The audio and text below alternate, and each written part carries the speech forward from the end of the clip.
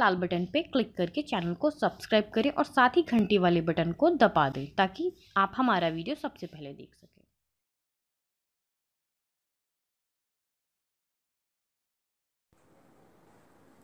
नमस्कार भैया लोग, रउआ सबके बहुत बहुत स्वागत बा और अपन चैनल भोजपुरी एंटरटेनमेंट पर। तो भैया आज हम रउआ सबके बताए वांटेड के कितना कमाई हो गई बा पहला दिन में और बहुत जबरदस्त कमाई कर ले बा।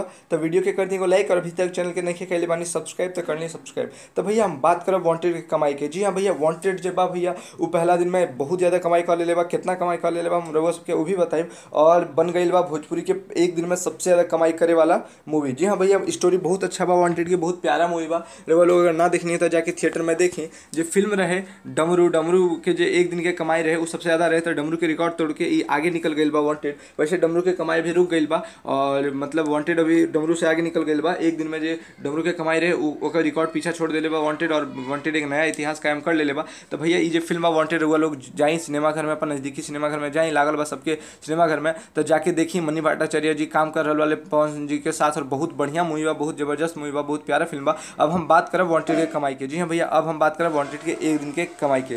तो भैया आंकड़ा से ही पता चला था, पूरा रिपोर्ट जब हम पता करी था रिपोर्ट से पूरा ही पता चला था कि एक दिन में वांटेड के कमाई बा भैया, वांटेड के जो एक दिन की कमाई बा वो 5.1 करोड़। जी हाँ भैया, 5.1 करोड़ रुपए बा। जे डमरू फिल्म रहल, डमरू के जो एक दिन के कमाई रहल वो 4 करोड़ रहल। जी भैया 4 करोड़ रहल और वांटेड के जो बा वो 5.1 करोड़ बा।